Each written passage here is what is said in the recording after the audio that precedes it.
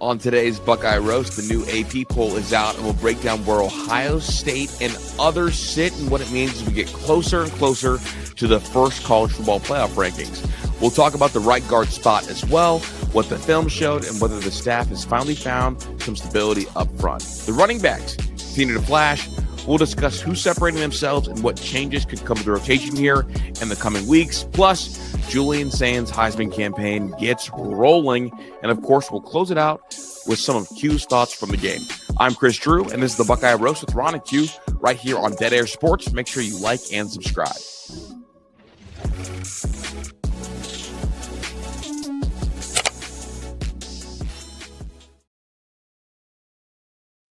Good morning. We are back for another episode of the Buckeye Roast. It's your boy Ron James here with my guy QP Ski. Q, how you doing?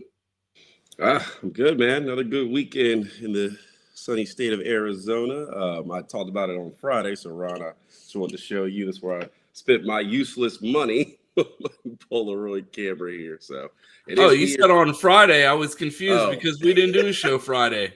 On Thursday. This is why I missed the show. I had my camera and I was out playing with it.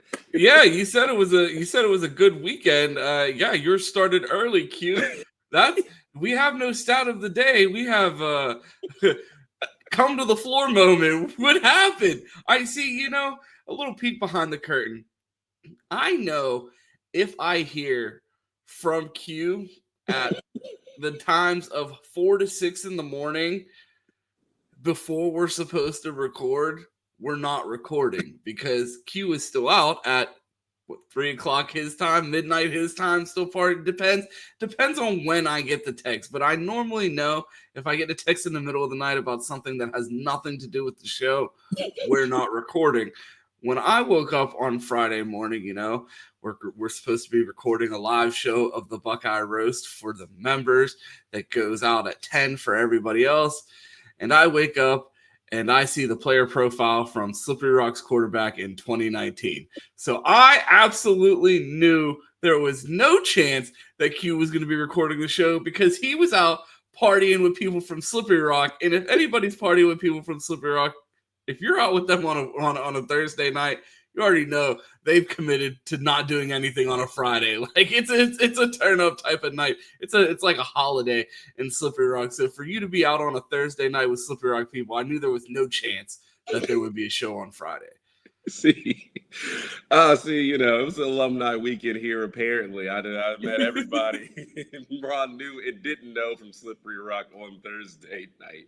But see where it went wrong is I know how these nights go, and at that point I'm like, just pull an all-nighter and we'll just run right through the show live. Probably once I got home too early, and I was like, I can take a quick hour, 2-hour nap, get up, do the show, and just roll into my Friday.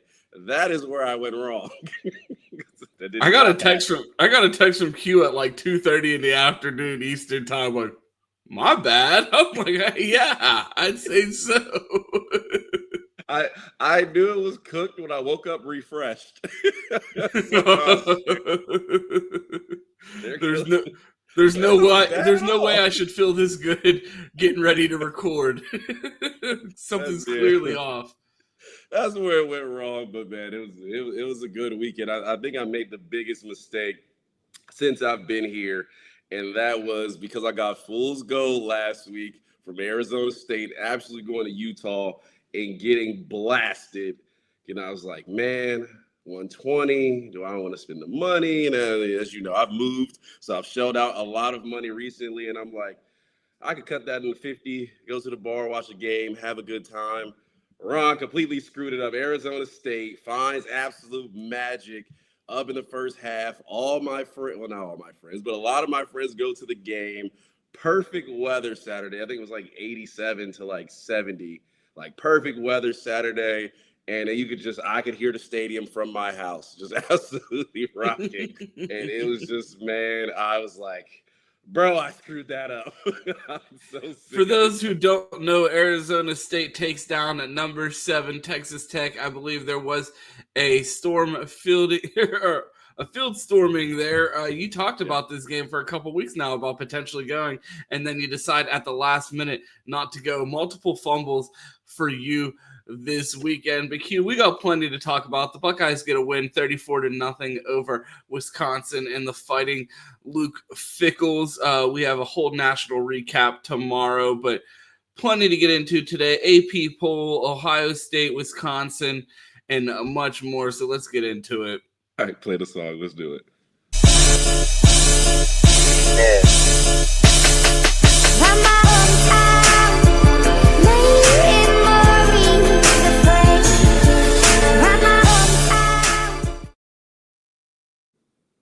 Q, we are going to start today with the AP poll. The Buckeyes stay the number one team in the country, obviously. Like, who are you going to put ahead of them? You see Miami slip to number 9 after taking a fall to Louisville. Louisville makes an appearance in the top 25. Michigan sneaks into the back end. LSU tumbles 10 spots from their locked-in spot of 10. It felt like no matter what, if LSU won or lost, they weren't moving out of that 10 spot. People are finally starting to shake loose of their preseason predictions. It feels like a lot of these teams have been overrated just because people just don't want to let it go that they were wrong on some of these preseason predictions. I'm surprised someone didn't sneak Penn State in there at 24, even with their loss this past weekend to Iowa. Q, when you take a look at this and you see Ohio State, Indiana just at the top of the AP poll, it felt like the question for the first 3 weeks of the year was who is going to be this year's Indiana. And I mean, you look at Indiana at 2, and I would say they're probably not even this year's Indiana. They're better than last year's Indiana. This team is probably the biggest surprise in the nation right now, and looking like one of the best teams in the country. Q, are you surprised to see 2 Big Ten teams at the top of the AP poll through 9 weeks of the season? No, I'm not. I think Indiana has certainly earned that spot. Are they the second best team playing football? Now, that could be up for debate, but I think going on the road against Oregon, which I think we all know is at least at worst a pretty good team there, getting that win. And obviously they've been rolling. They've been blowing teams out. They've been playing really well. So we will find out if Indiana's for real at the end of the year, but I think you can take nothing away from them. And Texas A&M didn't exactly cover themselves in glory this weekend, so moving them up to 2 would have been a lot questionable. And then you see Georgia and Alabama sneaking back up there where they normally should be. So I like it. I like Indiana at 2. And obviously that school should deserve all the credit because you invest in your program. You pay Kurt Cignetti, comes in, he dominates. You deserve some time in the limelight. Yeah, Kurt Cignetti gets a big extension. I believe it was 8 years at $11.6 million. Were you surprised to see that type of money go out at Indiana, historically a basketball school? You look around, the SEC's been known for, they have to be mad. Like, man, we used to be able to pay a coach $6-7 million and give a kid a Hellcat, and we could land recruits and have the biggest coaching advantage in the sport. And it feels like in the Big Ten, with all of the money from these media rights deals and this new commitment to being competitive in football, especially now in the era of NIL, it feels like things have flipped, and the North is where all the money is getting spent. Yeah, and I think definitely with the coaching, and we've always talked about the Big Ten coaching and how good it is because you're doing it with less talent. I mean, Ohio State's up there, but even they don't have the most talent year in, year out. So you would say, like, the coaching has always been good and development has been really good. I mean, we've held the name 3-star U in Indiana, a team that comes over there and they say, hey, we're not going after all the big money guys in the transfer portal. We're going to get the right guys. We're going to develop them, put them in the program. And for 2 years, it's really worked. So if they were ever to really flip that switch and spend some money and have these blue chip rosters we talk about, it'd be like, man, you know what? Like, the sky might be the limit if they were able to actually do that. Now, that is relative to be seen, but I will say the Big Ten definitely is spending some money. I think we complain a little bit about some of the way these offenses look, especially early in the season, because we're like, we know we got money. Like, we know there's bread going around in here. We know these companies are up here. Like, spend a little more. And then Indiana is kind of the proof of that is when you invest and you do it correctly, that's what it looks like. Yeah, and you're seeing it pay off. You bring up the blue chip ratio. Indiana's getting it done as the number 2 team in the country with an 8% blue chip ratio. They're really making sure they hit in the portal, and they're also, developing guys. They bring in a lot of guys from JMU. A lot of these guys have been playing together for multiple years now, every step of the way with Kurt Cignetti. Fernando Mendoza comes in from Cal, has himself another spectacular game against Michigan State, 24 for 28, only four incompletions. I'm sorry, four touchdowns, same amount of touchdowns as incompletions. I almost said 4 interceptions. You're talking about somebody else. Yeah, exactly. Well, actually, I mean, that's a perfect segue. I mean, Indiana beats the hell out of Michigan State. Not much to talk about there. You see the number 9 Miami Hurricanes because they take a fall to Louisville after Carson Beck throws 4 interceptions, doing his best Kyle McCord impression. Q, how much did that change your perspective on Miami? Are you still a believer that this is a playoff team, or did they expose themselves to be a fraud of a team? I mean, it didn't change my opinion that much. I think Miami has a lot of good proponents to their team, and we've talked about how talented they are. But I've been, and maybe out of you, me, Cam, and Mike, the last person to try to hop on the Miami ship because I know they're inconsistent. I know they have talent, but Miami shows holes year in, year out and plays inconsistently. And you could just feel like this is not going to last forever. And, of course, Louisville, who is a good team at worst, goes in there and they show Miami has holes. I mean, we talked about their front 7. They are really good. That back 4 or 5, however you want to play defense, maybe not so much. I mean, Chris Bell looked like DK Metcalf out there against those guys while playing hurt. I forget the running back's name, and I should because he almost cost Louisville the game. But he ran. Man. Q. Like go for it. I almost tweeted out, bro. I have a new least favorite player in college athletics, and it is him, bro. When he fumbled that ball, Q, if they would have stopped the game to take his scholarship, they wouldn't have been wrong. The game was over.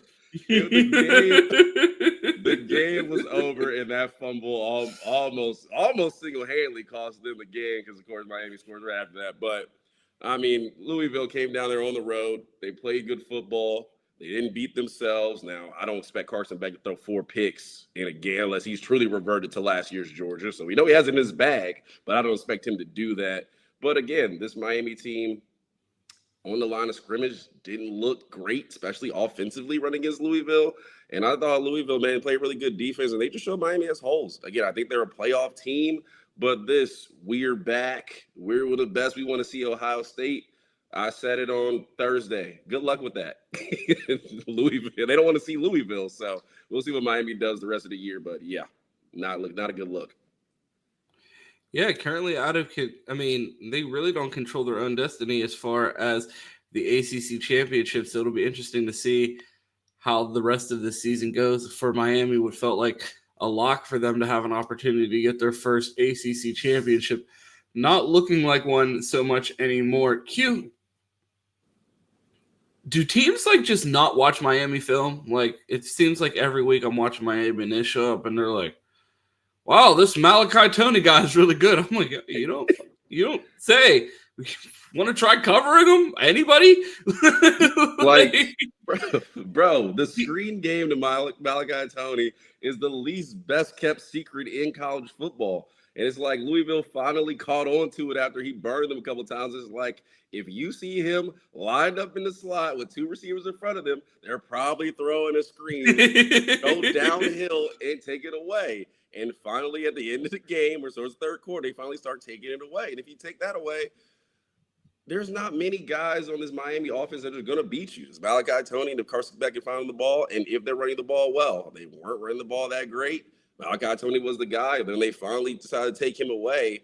Carson Beck just said, hell, and just somebody's out there and just threw it and ended up with 4 interceptions. That is the secret to take him away. And that's why I said if you put Jermaine Matthews in the slot, I love to see it.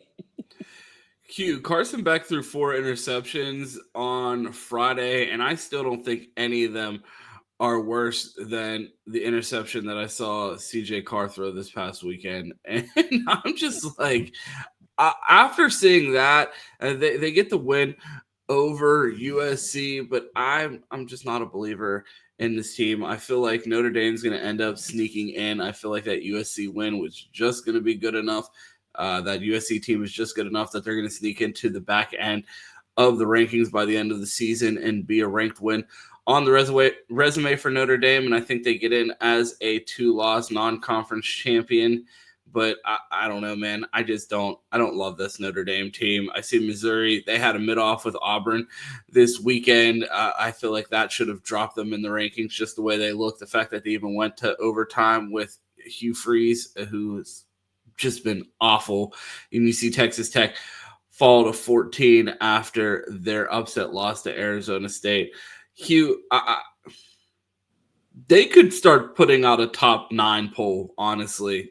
Because I could care less about the rest of these teams, because like if we're talking about, we are getting to the point where like I'm having trouble convincing myself that there's many teams in that second row of 6 through 10 that can beat the Buckeyes, let alone 11 through 25. And like that is where my focus is completely shifted of like, all right, which one of you guys can actually challenge this Buckeye team? And I really think Ohio State would put belt to most of these teams in the country.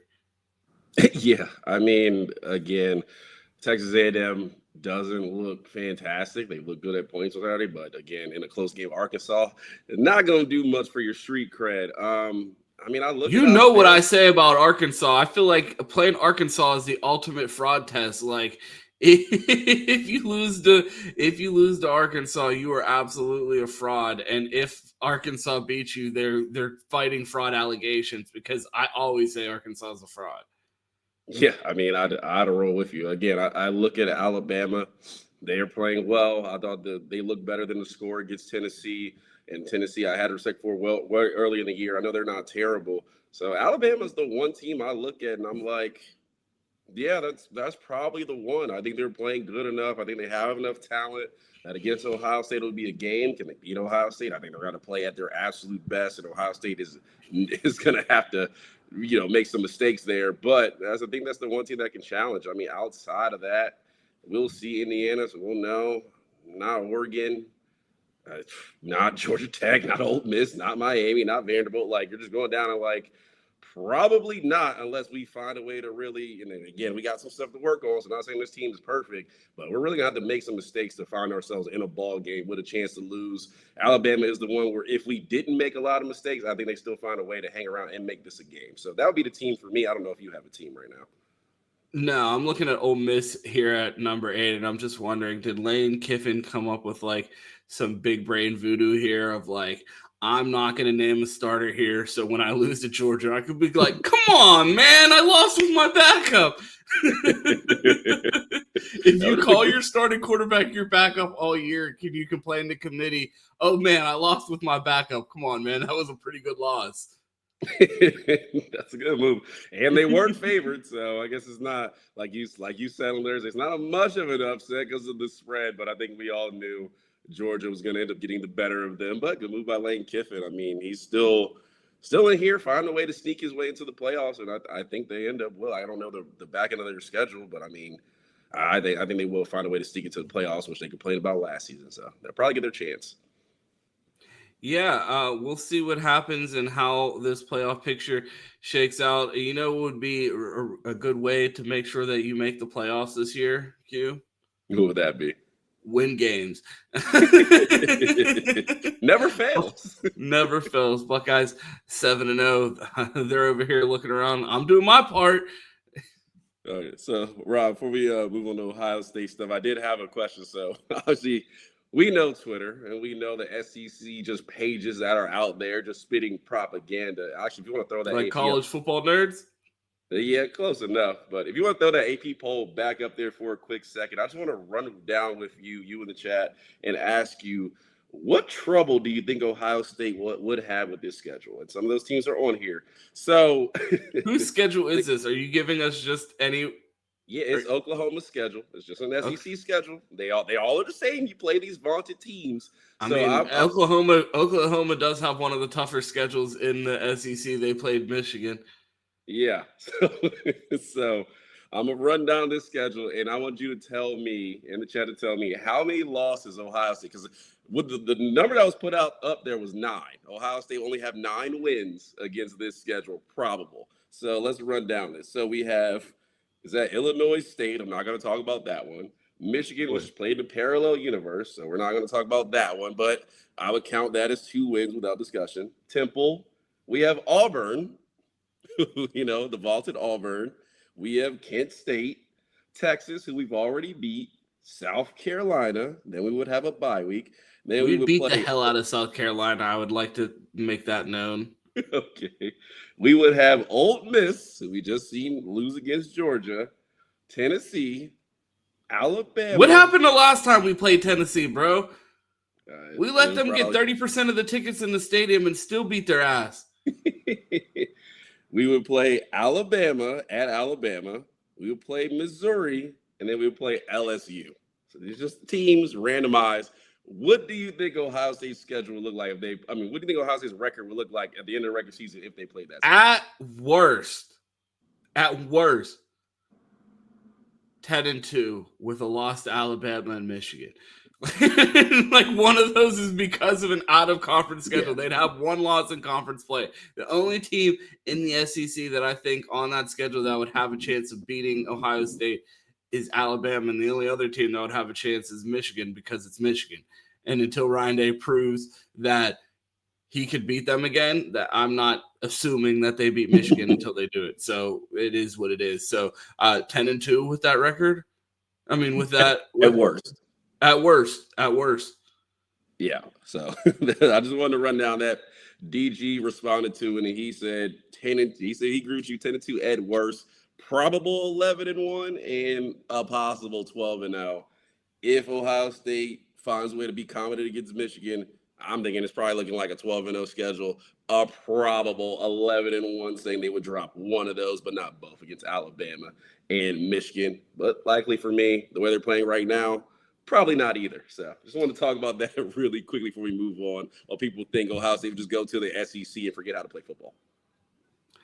Absolutely. Speaking of forgetting about how to play football, it feels like there's someone on the Ohio State roster that has decided to forget how to play football. Q, what is going on at right guard? Because I tweeted out during the game, it has now become so painfully obvious that every coach in the country watches the same thing that I watch on film every week, and that's that number 77 has no idea what to do anytime there is a twist on the defensive line in the red zone. He's lost. Someone's blowing right past him, and it's literally blowing up our entire red zone offense because our right guard is not blocking.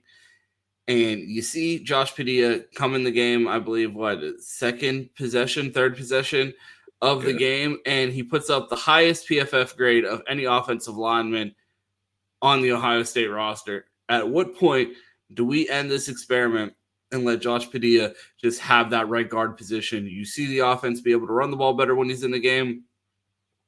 It's just the name you kept hearing. It was like, I'm trying not to make this like I'm picking on this person or singling them out. And like, I'm trying to give him the most credit and due process as possible. And then the announcers keep calling him out. And I'm like, bro, like, I'm not even saying it. That's y'all. Like, y'all see it. I see it. We all see it. Like, I don't even know what to say at this point, Q. It is becoming a frustrating problem. And, like, I feel like people that aren't watching the All-22 are like, what's going on with this run game? I'm like, it starts with the right guard. Like, it is becoming the biggest flaw on this team. And it seems like they have an answer, but they're not willing to commit to it. What do you think's going on there? I think they're giving Tegra a bit of the benefit of the doubt. I would say we've seen good stuff, we've seen bad stuff, so he hasn't been horrible game in, game out. But there's definitely some flaws that he's consistent. I think that is the most frustrating part. Yeah. Because it's like, we know you can do it. We've seen you do it. What's going on? And also, too, I think Ohio State feels like if he's the most talented guy for that position with the schedule we're looking at, like, he'll work out those kinks by the time we would play in Alabama or we play an opponent that can actually beat us, and that would end up costing us a game. So I think they're rolling the dice with it, saying, we'll let some stuff ride. Obviously, we're not going to let you just believe you're bulletproof. And obviously, you see Josh Padilla come in the game and play really well. And obviously, he looks like he has the opportunity to play himself into starting at that position and getting the most of the snaps. So that still is possible. But I think Ohio State is more willing to roll with these mistakes, so they feel like if we had a lot of mistakes and we won 34-0, I don't think we're going to have really any true problems letting the dice roll a little bit. So I think it's a little bit of that. But, yeah, it just is frustrating because the worst frustrating thing is consistency. And it's like it's even more frustrating we're not consistently one or the other. If you were just bad all the time, it's like, well, that's not really frustrating. We just need a new right guard. If you were just good all the time, we wouldn't say anything. But it's like we've seen it, and then you won't do it. And then it's like, now we're frustrated. Then you do something right, and it's like, now I'm even more frustrated. I just complain, and then you look good, and you pick up good twists in pass pro. So it's like, man, I'm hoping when it gets figured out, I think they should continue to play with Josh Padilla, still finding his way to get snaps. I think we all feel like he's up and coming and definitely could be a vital part of this offensive line moving forward. But also, too, I wouldn't exactly say, hey, let's pull the rug on Tegra because he has shown it. But if he continues to make mistakes down the line, I mean, you would sacrifice a little potential for consistency because you're at least going to know what you're good at. And running the ball, I've talked about it all year. That is the one concern I've had. I think Isaiah West came in and ran the ball really well. Bo Jackson didn't have really a high average per carry. So it's been a little shaky. Obviously, we aired the ball against Wisconsin, but we're going to have to be able to run the ball because last year that was a staple in helping us win a natty. And you're going to be able to have to do that again. I mean, you don't want to put Julian Sayin to the point where he feels like Peyton Manning. Like if I don't throw for 400 yards and 5 touchdowns, we might lose. I mean, with this defense, probably won't happen, but you don't want to put that kind of pressure on one guy. So the running game has to help him out. Yeah, speaking of the running game, that was the next up on the notes. I'm sitting here looking at the box score, and it took me back. I had to look up a few other articles to make sure that I was seeing this correctly. 0 carries for James Peoples yesterday. Isaiah West with 9 carries, 55 yards, 6.1 yards per carry average. Bo Jackson, 10 carries, 2.6 yards per carry. CJ Donaldson, only 2 carries. James Peoples with a 1 reception for 5 yards. Q, are you surprised by this distribution of carries? Because it feels like the Buckeyes are open for business at the running back position as far as anybody can grab carries in this room right now. And you see Isaiah West be the second in carries and then also make the most of his performance. Are the Buckeyes having a second freshman running back emerge as a potential answer at this running back position? Yeah, I mean, obviously, our guy Juck has been calling for it for a while with Isaiah West running style. And obviously, he had to be healthy. He came in, I believe he tore the ACL last year in high school or something. He came in with an injury. I forget which one it was, but it took him a little bit to get healthy. But yeah, I really liked his running style on Saturday, and I think that's the right approach. Obviously, we know Coach Locke will play guys. He will play depth. He's giving guys a lot of carries, and we've even questioned him not giving Bo Jackson even more carries because he just looks so much different than each running back. But it's middle of the season. It's a game against Wisconsin where you are allowed to play depth. We actually see some receivers. I'll touch on that in a minute. But you're allowed to play depth. You're allowed to give guys an opportunity. And with the running game struggling, I think Isaiah West came in and he made the most of his. So he could bounce in the rotation. James People has gotten a lot of carries through the first half of the year. I thought the one time he did touch the ball, a little bit of explosion there, which I like. And again, he's only a sophomore. He has plenty of time, and I think he's going to be a vital piece next season because he's going to need to be with the running backs we have. Obviously, getting older unless somebody else. James Peoples. What'd you say? Okay. I mean, I think he's. Because you said vital part of the offense next.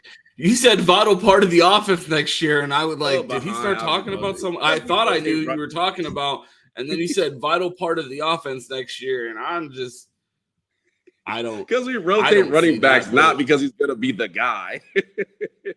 Bro, we're rotating 2 younger running backs ahead of him now. I don't know why we would think he's going to assert himself. Well, one is leaving. I digress. You got it. Vital part of the offense next year. Probably going to find his way into that top 3. We will see. But, I mean, I think James People will get a lot better over an offseason. I mean, I think Locke can develop. We obviously know he has the tools. He's one of those, like, he has the potential. Let's see if Locke can get him to play like that all the time. And we've seen it, or we wouldn't have been talking about James Peoples before the season started. So I'm not just watching. No, he absolutely has the potential. It's, again, can we see it consistently in the game? It's if we go back to Ryan. I'm starting to turn into Ryan Day because, like, I get frustrated or I hear a question or I start talking about certain things on the team, and I'm like, you know what? There's a difference between being a player and a pro. And when you're a pro, you do it every day. And it's about the consistency that makes the difference between a guy that just flashes and a guy that's a pro. And we're looking for pros around here. Like, I feel like I'm doing the Rudy speech because that's Ryan Day's favorite line to go to, but it's the absolute truth. And I feel like James Peoples kind of embodies that because you see the flashes, and that's why he's at Ohio State or he wouldn't be here. But you need to see the consistency, which allows him to be a pro, and they need pros on the field. So you heard it here first. Q says he's going to have a big role in the offense next year. I think he will have a role in the offense next year. No, you said a vital role in the offense. Okay, let's take off vital. My bad, y'all. Running back rotation. I would say that anybody who's playing consistently is vital to the offense. I'm more than others. But I mean, again, I think he'll get better over offseason. But it's good to see Isaiah West get carries. Obviously, we know we have with Bo Jackson. And, again, I like the competition. You're going to go to this game, and if third string had played, probably get a solid win. So I'm fine with riding the hot hand because if James Peoples comes out and has a great game next week or starts to get carries, give him the ball. Ride the hot hand in this room until you figure it out and someone demands and earns the carries at a consistent basis. And, I mean, Isaiah West made the most of his opportunity. It'll be interesting to see how that rotation shakes out coming out of the bye week, especially with the matchup with Mr. Knowles. Yeah, fair enough. No vital, but he'll have a role. All right, Q. We got all the negative out of the way after a 34-0 win. Pretty much all positive from here. I just wanted to address those two things because they were the most probably glaring things that I feel like are on Buckeye fans' minds. Because when you're watching a game against, the Fighting Luke Fickles, who are 2-5, you're not really.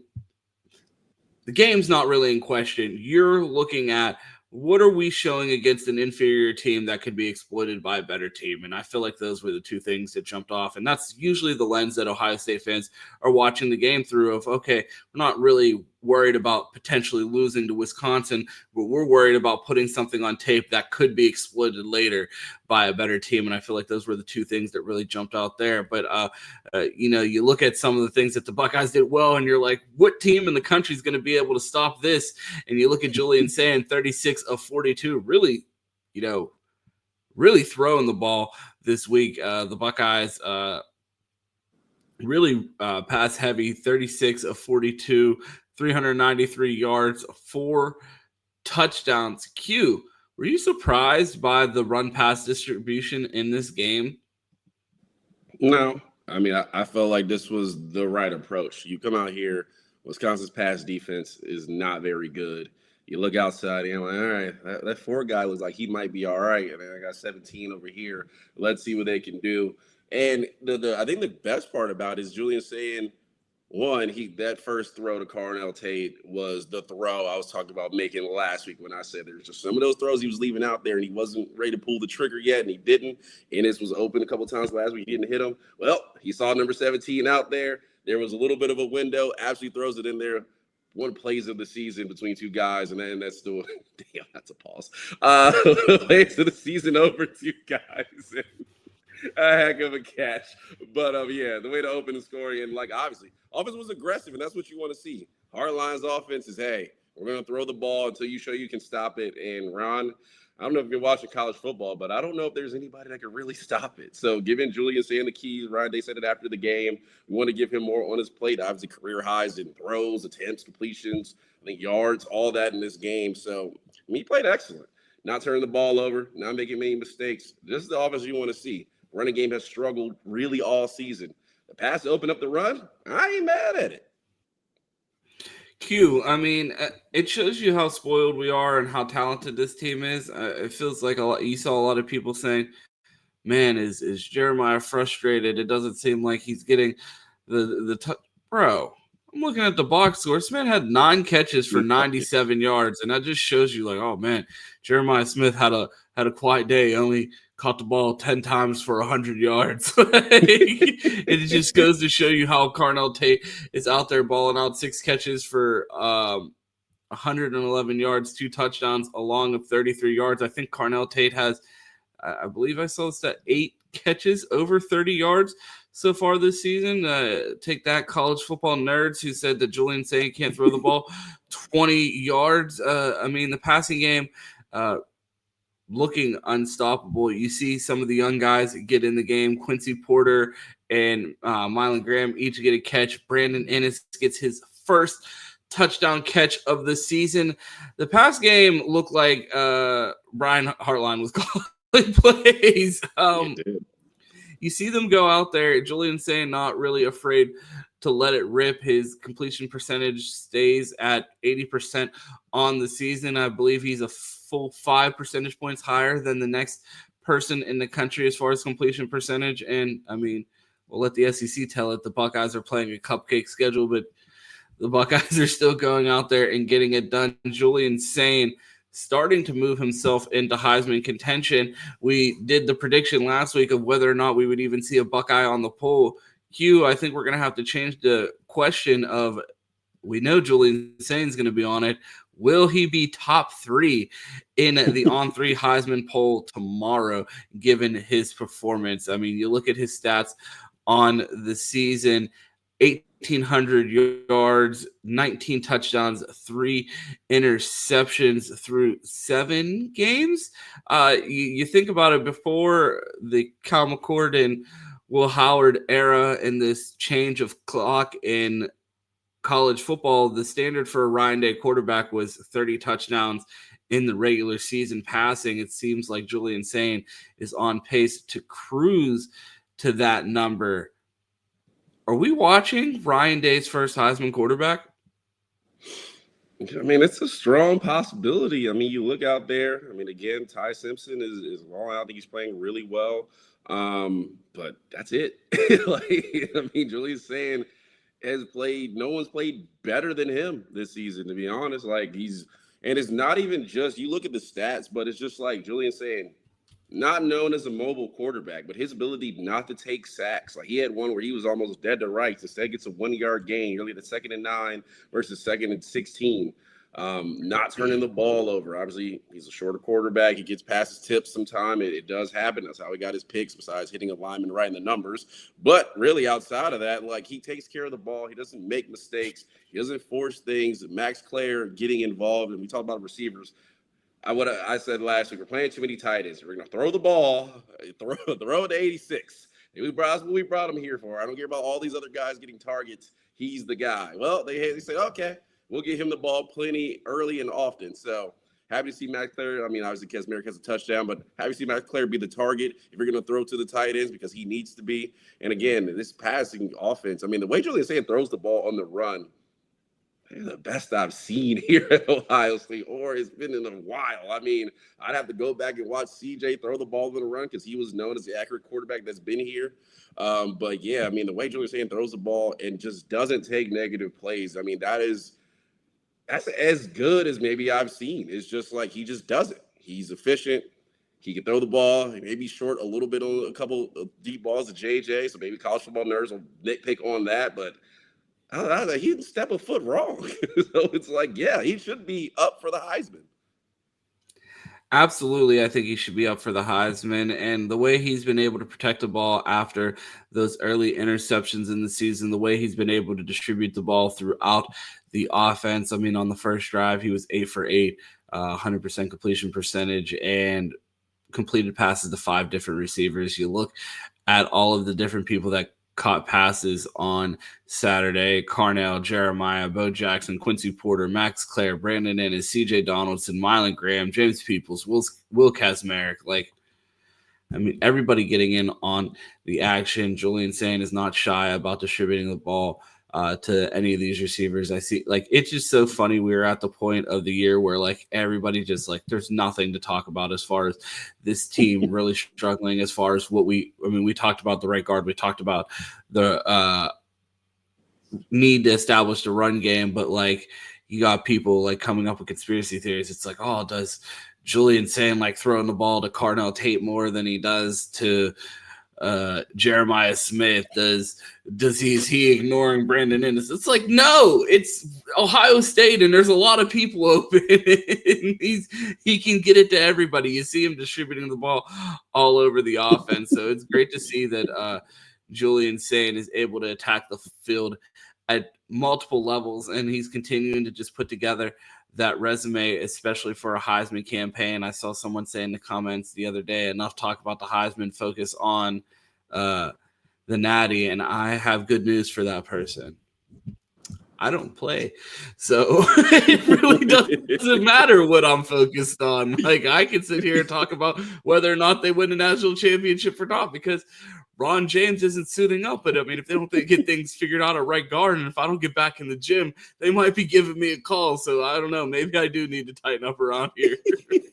That used to be my favorite part about Twitter. Like you're looking ahead, like, yeah, we got I don't know, Oregon coming down in a couple weeks. Man, you better worry about Rutgers. I don't gotta worry about shit because I'm not playing. Yeah, I'm not playing. I'm not worried about nothing. So I'll be fine talking about. They ain't gotta go worry about it. Then we'll talk about it after. So they talking to us on Twitter like, oh, let me go get my ladder out and the cones and start doing my route tree. Like, what are we talking about? Too funny. But again, it was good. I think Ron got brought in. I had a little Twitter conversation with somebody about wide receiver rotation. I'm like, they rotated the wide receivers and no one got hurt. Jeremiah Smith had 9 catches. Carnell Tate had 2 touchdowns. Everyone's okay. And we got Brandon Inniss got a touchdown too. Inniss got one. It's like everybody acts like you have to like immediately send the player that's coming off the field into the portal to get them onto the field. It's like oh no, we could actually rotate receivers and get them all catches and get all of these guys touchdowns and touches. So it was good to see them see some sort of rotation, and it felt like they were really focused on getting Mylon and Quincy Porter involved in this game, both of them with targets this game. And Ryan Day talked about it before this game, the need for those two to step up because they're going to need them going down the home stretch. And you saw Brandon Inniss go down with a tweak of the ankle. They kicked Carnell Tate inside to the slot. They said that he had never even run that play from the slot. And he goes out there, they bring QP onto the field, and Carnell Tate gets a touchdown. So that's something to keep an eye on going forward. Who they feel comfortable if Brandon Inniss has to deal with an injury, as far as it seems like he's tweaked his ankle the past couple weeks. So if he goes out, it seems like they feel comfortable putting Carnell into the slot and bringing Quincy Porter on the field, but it also opens the opportunity for Mylon Graham to get on the field. We really haven't seen someone else that they've been comfortable putting in that slot position. I've been yelling at people since the beginning of the season that have been saying, put Mylon Graham in for Brandon Inniss. I'm like, they don't take Brandon Inniss off the field. Like, you see one of these next 2 wide receivers coming in Quincy Porter and Mylon Graham, it's usually with Brandon Inniss. So to see that, like, the person that they feel most comfortable putting into the slot, if something happens to be I.S. Carnell, I mean, that's a big-ass lineup of receivers to be dealing with, and Quincy Porter, Carnell Tate, and Jeremiah Smith out there. Good luck, especially in the run game. They're going to be throwing DBs all around the field. Yeah. With Brandon Inniss, hopefully he can get healthy pretty soon. And again, Bryce Rodgers has been out the last few weeks, so he was the backup, and obviously he's not available either. So I like moving Carnell inside, and I gotta say, Quincy Porter looks like a dude out there. He just like, where do they keep finding these guys from? He has the ball, he just looked bigger than everyone else and faster, and it's like, bro, y'all are really printing these dudes in a lab. There's just a 3D printer somewhere to find these receivers. And if you look down the line, you got Chris Henry Jr. coming in next year. And it's just like, if I see Quincy Porter, Chris Henry Jr., and Quincy and Jeremiah Smith, I'm just walking to the side. I'm like, yo, I'm gonna be over here when y'all got these fucking basketball players over here. That's what I'm saying. You have those 3 out there. You have Carnell Tate. Carnell Tate becomes the small slot receiver at 6'3", 200 pounds because you have Quincy Porter out there at 6'4", 210, and Jeremiah Smith out there at 6'3", 200 and damn near 30 pounds now. He's practically a tight end out there. So, yeah, I mean, it's embarrassment of riches, and I hope they don't use that to punish Julian in this Heisman pursuit. Before we get out of here, Q, I mean, Chris and I did our post-game reaction. If you haven't had an opportunity to see that, I don't know where you've been for the past couple days. It was on Bleacher Report Saturday. It was on the channel yesterday. If you still haven't checked that out, be sure to check it out. Q, this is usually your day to tell me about what you saw from the game, because I've already talked in spaces, talked on post-game shows about my thoughts after the game. I just wanted to get your takeaways. The Buckeyes come out with a massive dub, 34-0. I was on ESPN Lima on Saturday morning, and they asked me for a score prediction. I was off by 1 point. I predicted 35-0. Ooh. Small victory lap there. I was right. I was almost right on it. Q, what were your big takeaways from this game? We really haven't even talked about the defense at all yesterday. A couple quick stats before you jump in here. Q, Arvell Reese with a sack, Caden Curry with a sack, Kenyatta Jackson with a sack. Overall, the defense pretty solid. I mean, continues to be solid. They get to take away with the Sonny Stiles interception. Matt Patricia continues to be dominant. Just wanted to get those couple notes in there because I feel like we haven't said a word about the defense 45 minutes into the show, but it's like, what do you want to talk about? They didn't get scored on. Yeah, I mean, I'm pretty sure I left with takeaways a lot of people had. I mean, one thing that stuck out to me before we dive into the film, obviously Peyton Pierce starting on the first play, and I thought he played really, really well. He continues to rise, obviously, with that linebacker crew, and it just allows him to do more stuff with Sonny Stiles and Arvell Reese and move those guys around, and you never know, where they're coming from on this defense. So, I mean, that was good. I thought he played extremely well again. Devin Sanchez comes out there again. Don't see him much except for one of the worst pass interference calls I think I've seen, where he just falls down. It's like 17-0 flag. Like we gotta give some level of entertainment. Like, don't you guys want reps? I'll throw a flag for you so you can get 3 more snaps. Everybody came for the refs. Yeah, so that happened. But again, I love the rotation. I mean, we saw a lot of guys get in there and play. Obviously, Eric Scott ends the game with a good hit, but it's good to see guys get reps. And we knew this wasn't going to be much of a game. Ohio State comes out. This is exactly what you want to see. Ohio State come out with aggressive, 17-0 in the first quarter. You can snail walk the rest of the game. You'll probably still double your score and just get snaps all over the field. You get to see young guys play. And again, these young guys are looking really good, man. Defensive line, I want to see the film before I comment on them, but I thought they played extremely well. I didn't think Wisconsin was really going to be able to challenge them, but again, seeing see guys like Jason Moore. I think Tywone Malone the last couple weeks, I'd say, looks like he raised his game. Now, the competition hasn't been the best, so let's see if he can still be consistent. But we got to see Edric Houston back in there. It's good to see him. So, I mean, and we know what Caden McDonald and Caden Curry are, so I don't need to talk much about them. They're all Americans, we want me to say. So, I mean, this defense plays extremely well. I think we mostly talked about the offense, but yeah, it's 34-0, man. I don't know. The Buckeyes are good, at least. At worst, they're good. At worst, they are good. I feel like that's a perfect way to wrap this thing up, Q. We are headed into the bye week before the revenge game against Jim Knowles. We try to mix things up a little bit in the bye week. We're not going to talk about an awful Penn State team week for the next 2 weeks. So we're going to do some recruiting things. We are going to – Chris was on the Johnny Olden show this past week, so – I didn't mention it to you, but I would like us to react to that at some point this week, whether that be on the show or something for members. So we're going to try to do some recruiting stuff over the next week or so. We're going to try to do some different reaction things and mix it up a little bit going into the bye week. You don't want us to get on here and regard like Jeremiah Smith, good at football. Like, come on now.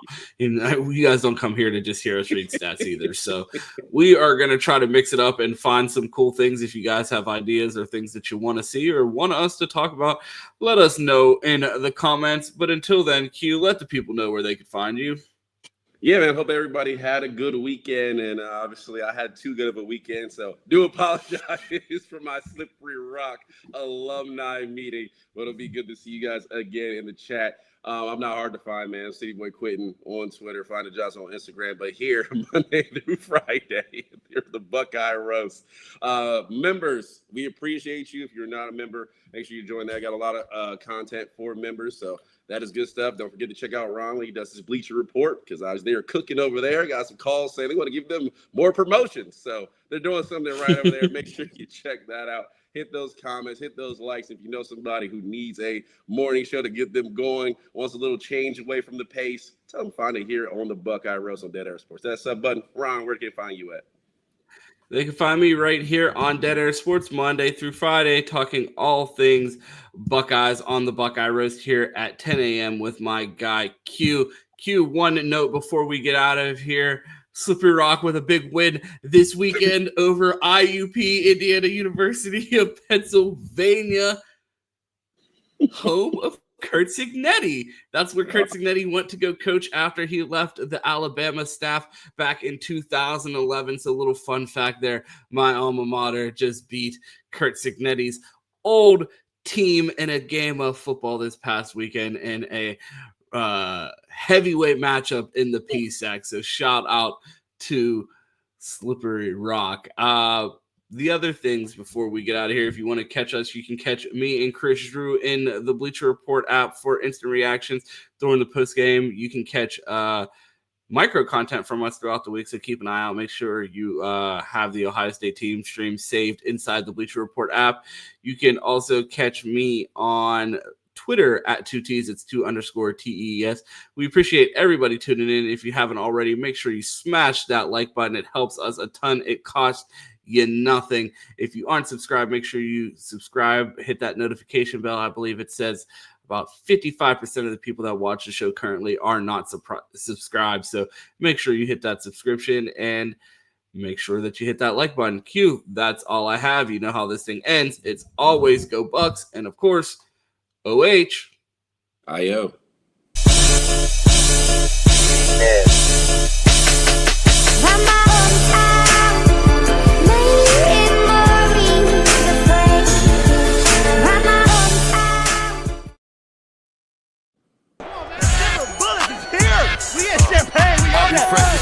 When I hit the scene, everybody know me. 40 tuck in my skinny jeans. I'm so fucking low key. All hundreds, finna go get some cream. This another show week. It's a show week. Out the 7 days, I gotta pick up 40. Mama told me, baby, get you some sleep. Gotta turn down, move slow, please. I go home, rock my son to sleep. Gotta stay awake, get more of these. Nigga, you mad cause you ain't getting no cheese. Whole hood charge you whole fee. Sometimes there's no one to watch over me.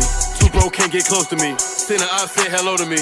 Number respect when approaching me. And don't act like you don't know it's me. Know that bitch somewhere close to me. And I ain't got no reason to be on that. You the one to vent your homie.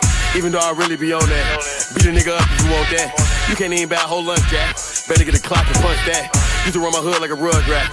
We went to war with one guy. Ain't lying, we'll go, they come back. All on defense, bust back. So they want me whack. 100 shots out the back of the lag. I spit that shit that you get high to and make you want to clap after that. Then drop some shit that make you contemplate on it after the fact.